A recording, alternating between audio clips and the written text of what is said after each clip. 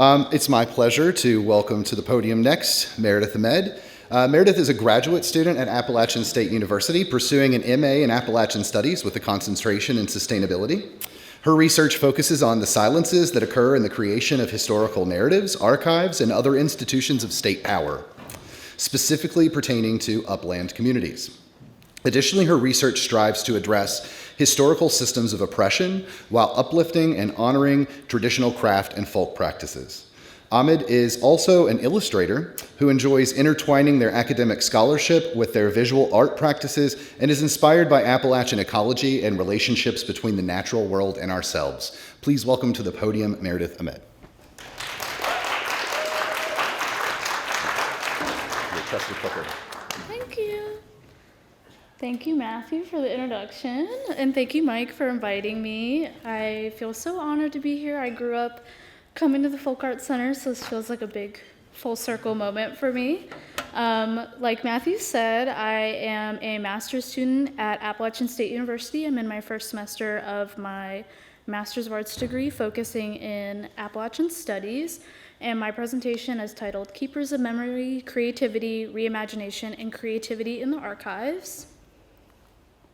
So I've just intertwined a lot of my visual art throughout this presentation just to give you something pretty to look at, but I wanted to provide some contextualization for my work. I started this research my senior year at Warren Wilson College under the guidance of my mentor, Dr. Owen Robert Miller, and I came to him with my idea of making the scope of archival research larger. I wanted to remove the institutional barriers behind the archive, and I wanted to incorporate perspectives of communities that are often overlooked, such as communities of color and artists that are often left out of archives. So my mentor, Dr. Miller, he just views the world in such an amazing way, so infinitely, and he encouraged me to really use my own imagination as a tool in my research, which really drove the methodology for this inclusion of utilizing art in the archive. So again, this is a little example of some of my work as an illustrator, really inspired by Appalachian motifs and printmaking. So here's a little roadmap for what we're going to be talking about today. First, we're going to talk about what an archive is. Second, the dominant narrative in archives and how we can use imagination as a tool to expand the archive.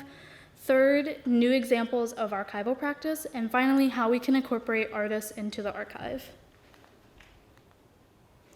So I was first introduced to the archival world as a freshman at Warren Wilson College, and my research to the archive really started as a love letter of all the joys and untold stories that are filed away in boxes in local history repositories. The Warren Wilson Archives took a temporary closure while I was there, so I began as an intern at the Western branch of the North Carolina State Archives, which is right down the road. And I began to engage with archives more creatively, and I began to question the archival process and tradition. So my research really tackles really big questions, like how does state authority, power, and history uphold institutional memory and create narratives in the archives? So what are the archives? Matthew's laughing, he recognizes this photo. The left is right upstairs, the Southern Highland Craft Guild Archives that Mike is the purveyor of. And then the right is a photo of my collection, which pertained to Black Mountain College at the North Carolina Western Regional Archives that I worked with Heather South in my collection. So these are some of our typical manifestations of what an archive looks like. And the archive is very hard to define, even for someone like me that has spent hours working in the archive and alongside archivists. And this is sort of our standard view, right? These these gray boxes lined with folders, marked with graphite because pens are not allowed, people, in the archive, okay?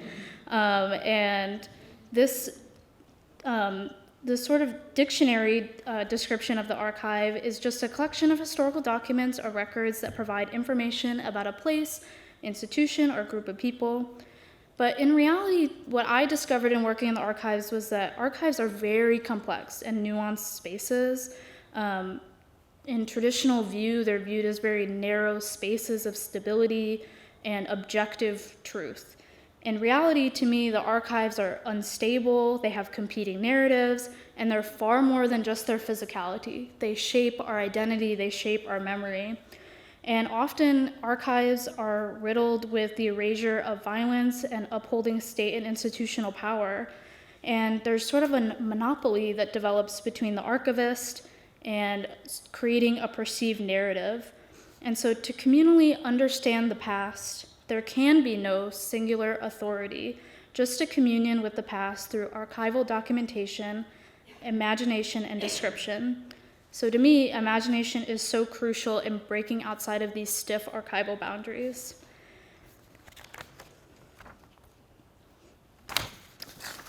So it is without saying that archives and archivists have their own implicit bias, which is critical to remember because archivists decide what to keep. That's sort of ground zero for archiving, is when you get a collection in, you process it and decide what needs to stay in the archive, what's worth keeping, and what is not needed.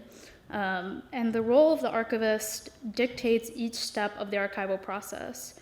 Records are not just magically discovered. They're created around a set cultural context, and these decisions compound over decades, which create gaps in the historical record.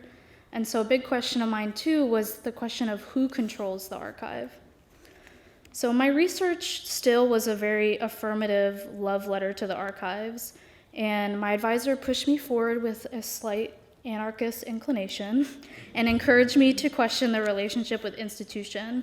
So I began to explore these complex issues around state authority, ownership, power, documentation, and I just found that with imagination, liberation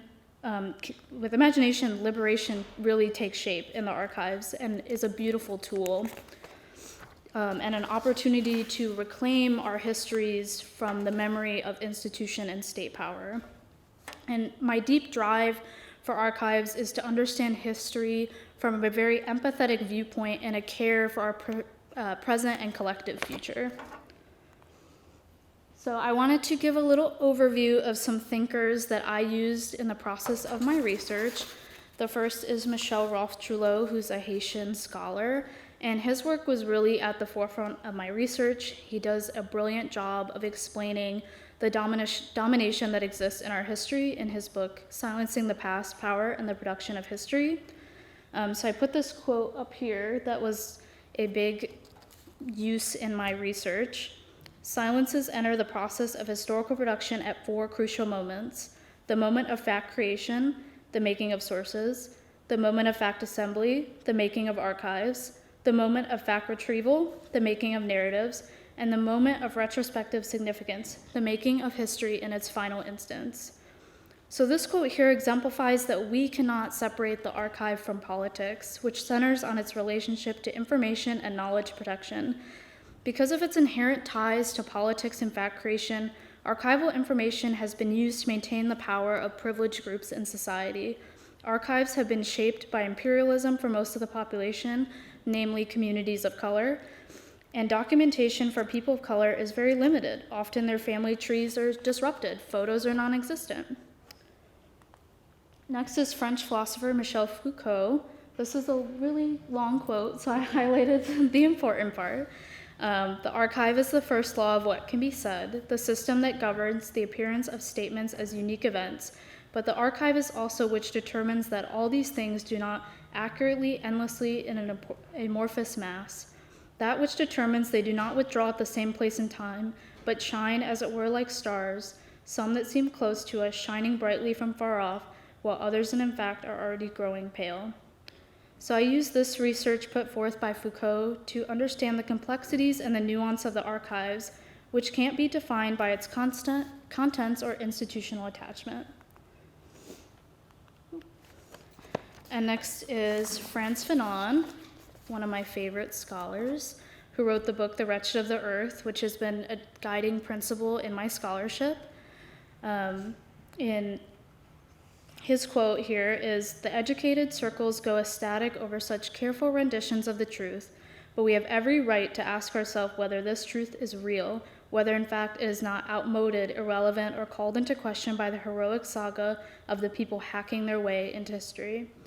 And here Fanon again calls attention to the idea of the singular narrative that is created in archives, and contesting the existing form of history writing and adapting to being imaginative and creative in our scholarship can reveal a more truthful past, even if it's demanding for us all. A nourished and empathetic society is born using archives, historical scholarship, and active imaginative thinking. So from these scholars, I began to understand and make archives more accessible and equitable. We must prioritize marginalized groups' ownerships of their own histories. Before archival attachment to institutions, archivists existed through means such as oral storytelling that help to narrate and combine history, art, and cultural traditions. Reimagination is also crucial, and it can be done with sensitivity and respect for the archival process while still undoing years of systematic preservation that upholds colonial narratives. Additionally, it can allow us to conceptualize the present and future and be more equitable for all that history has oppressed. The essential element of community archiving is just that, community. I also believe that artists are a particularly crucial space in reimagining a new archive. As artists work to expand our understanding of ownership, our own personal histories, expertise, and knowledge.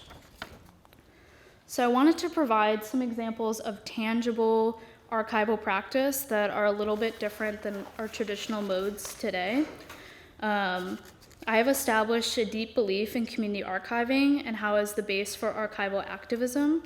My goal is to shift the focus of archival knowledge from traditional historical narratives to one that is a community-centered approach to the archival record. And this method argues that communities should have control of the decision-making process in the early stages of archival documentation. So this is one example, the South Asian American Digital Archive.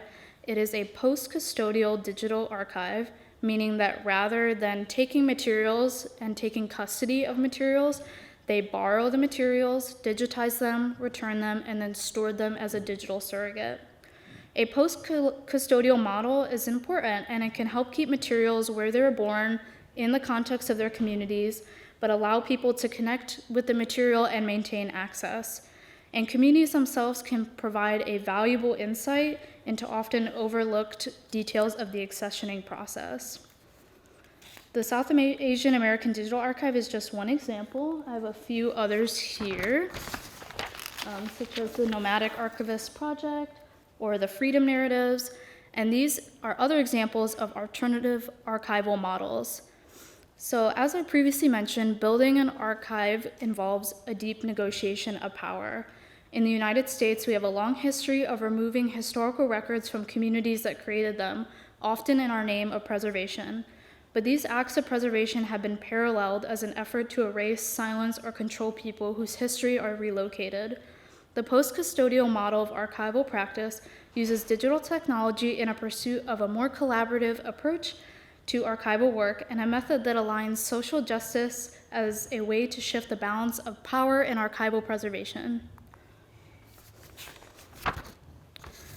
So for me, as an artist and a graduate student, I see a deep, unique power and sensitivity that art and creation carries. And thus, I started thinking about how art can be adapted into the archival practice. As an artist, we reach out beyond our own space and offer people something, a new perspective, and art is plentiful, it's ever-changing, it's overflowing with diverse voices, and preserving artistic voices creates a more prosperous future and a greater understanding of a cultural history. Artists are very valuable in archival discourse, and encouraging archives to be functional and flexible spaces for new interpretations of what an archive can be. As an artist, this is my reference point for how archives can be creatively charged and inspire my work. When artists interact with archives, they may need to learn the traditional archival practice like I have, and there are designated steps, but it is important artists are not concerned with this traditional method of accumulation, sorting, or interpretation. Art liberates us to understand the archival relationship between time, trauma, memory, and language, and most importantly, artists seek to understand the relationship between private memory and public knowledge. Art is a way to challenge the existing narrative. The archive is not ambiguous, and its role in defining public memory can be unsettled through multiple artistic interpretations. Lastly, I leave you with an idea. Knowledge is power, and history is the fruit of power. Whoever wins in the end gets to frame the story. Through my research, I emphasize the importance of imagination. So I ask you today to imagine a world in which this version of history is not radical, not confined by borders, and a future where history does not oppress, but it liberates. Thank you.